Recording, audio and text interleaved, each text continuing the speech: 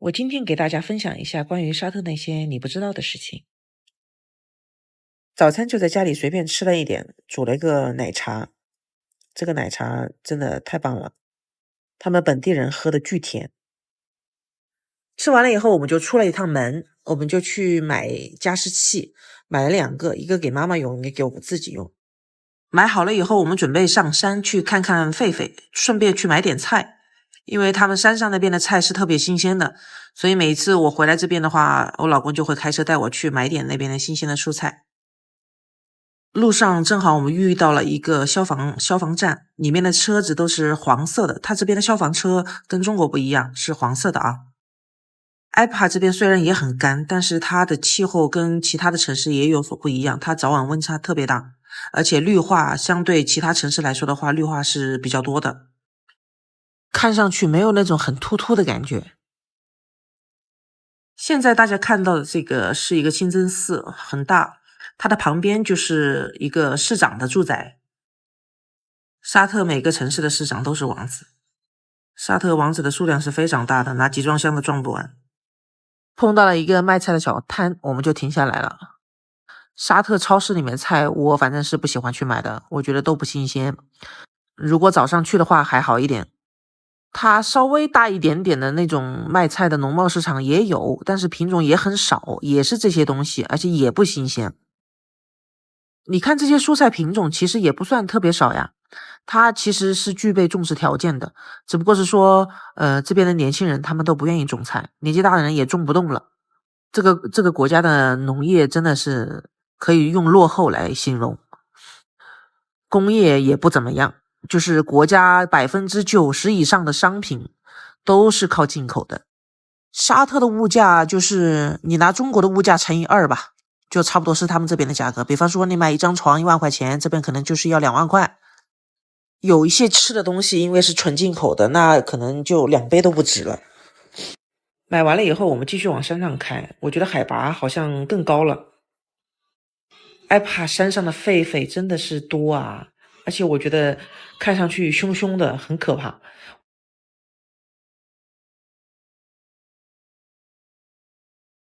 我们准备了一些刚才买的很多番茄，丢下去给他们吃，我们都不敢下车，连窗都不敢开。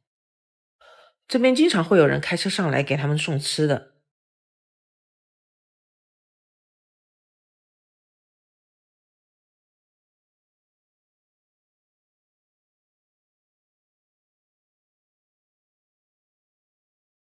沙特其实有很多地方都没有开发好，也不是说没有投入，其实是投入了，只不过是没有去开发。那为什么没有开发？你们可以自己去品一下。比方说市长都是王子，对不对？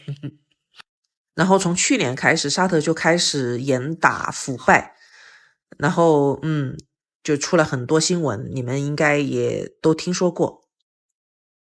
关于政治太敏感了，我就不聊了啊。到家了以后呢，就把这些菜要拿到婆婆那边去，我会每一样菜拿一点点出来放到冰箱里面，有时候会给肉肉开小灶。你们看这些菜多少钱？人民币差不多100块钱都不到吧。弄完了以后，我们现在就到婆婆那边去吃饭，饭已经做好了。在沙特阿拉伯人的饭桌上，你经常会看到一个是羊肉饭，再一个就是 kabsa， 它就是一种米饭和肉类混在一起用高压锅煮出来的东西。到了傍晚的时候，婆婆的儿子女儿他们都会去陪婆婆坐着喝茶聊天，喝咖啡，然后开玩笑，反正就是风雨无阻，每天都会这样子。正好4姐的女儿也在，我就跟她预约了一下，我想让她做我的那个视频的模特，拍一下沙特阿拉伯的传统服饰。她也答应了。等我做好的视频再跟大家分享吧。好了，散会。沙特阿拉伯也有夜生活的好吗？带你去看。如果不开趴不走亲戚，又想出去转一下，他们去哪里呢？就会去类似于这种地方。今天我带你们去看一下啊。那边是比较集中，很多人休闲娱乐会往那个地方去。埃帕这边的气候就是这样子，早晚温差特别大。晚上的时候呢，如果有小孩子，一定要给他带一个薄一点的羽绒服，薄款的啊。大人呢，如果怕冷的话，还是要带一个外套的。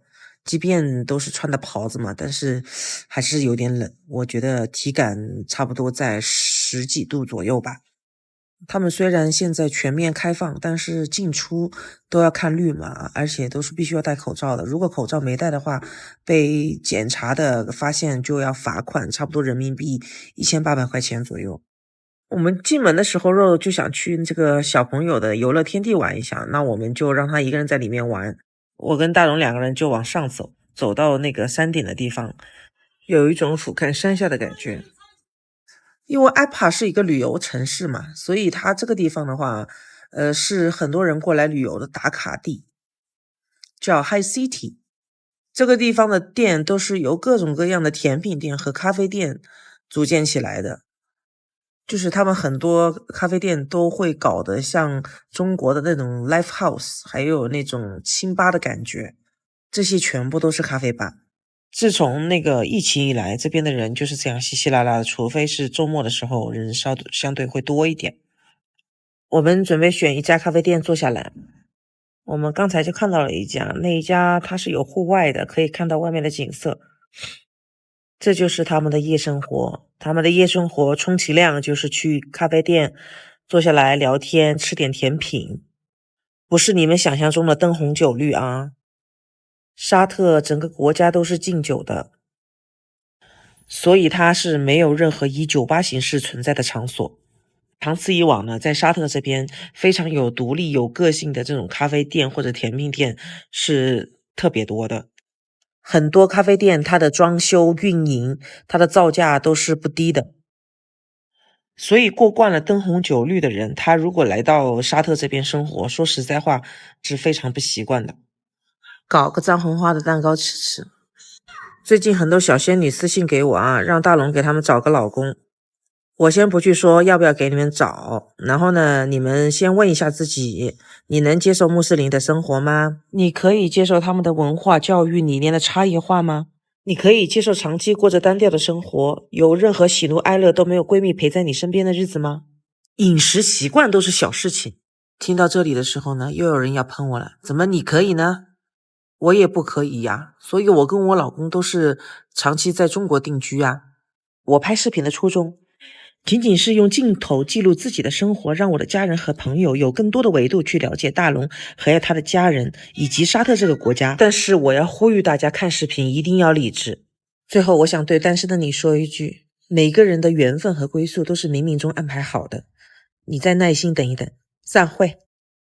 这个视频是在2月14号当天拍的，里面谈到了关于仪式感，有些观念我想分享出来。前2天我在抖音上发了一个加速版的，然后在那个评论区评论和转发比较热闹，然后也有一些观点比较有冲突的，是因为我在那个音频上加了一个这样子的音频，你们可以听一下。其实缺的真不是那点钱那点东西，要的是那份心意，那个态度。买不起和舍不得是两码事，自己买是优越感，你送是幸福感。因为这一段背景，所以就是有很多男性吧，他们就会直接怼自己的老婆说，每天看这种视频，你不觉得累和抑郁吗？